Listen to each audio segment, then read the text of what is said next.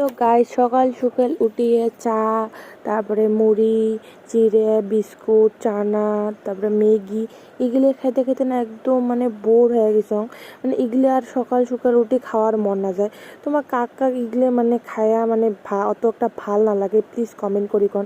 মোক তো ভাল না লাগে, মোক সকাল উঠে অল্প মানে হেভি খাওয়া হলে ভালো লাগে, কারণ হেভি যদি তোমার না খান তাহলে তোমার মানে 10টা 11 রাত্রি কী বা একটা খাওয়ার মন যায়, ওই বস্তুটা তোমাদের 10টা 11 রাত্রি খান, দুপুরে আর ভাত খাওয়ার মন না যায়। তার জন্য ভাবলাম চা ঠা আর ভাল না লাগে, সিম্পল সকালে একটা চা, 1 কাপ চা খেলে তো 10টা 11 কী বা একটা খেলে গোটায় দিন মনের জন্য একদম মানে কোনো ভোগ ঠোক নাই।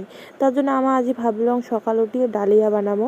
তো মোর শ্বশুর বানিয়ে আছে ডালিয়া, তারপরে ডালিয়া হয়ে গেছে, তারপরে এই পাখে বানিয়ে আসছে বোরা কালাই আলু ভাজা, মানে ডালিয়া দিয়ে খাওয়ার জন্য।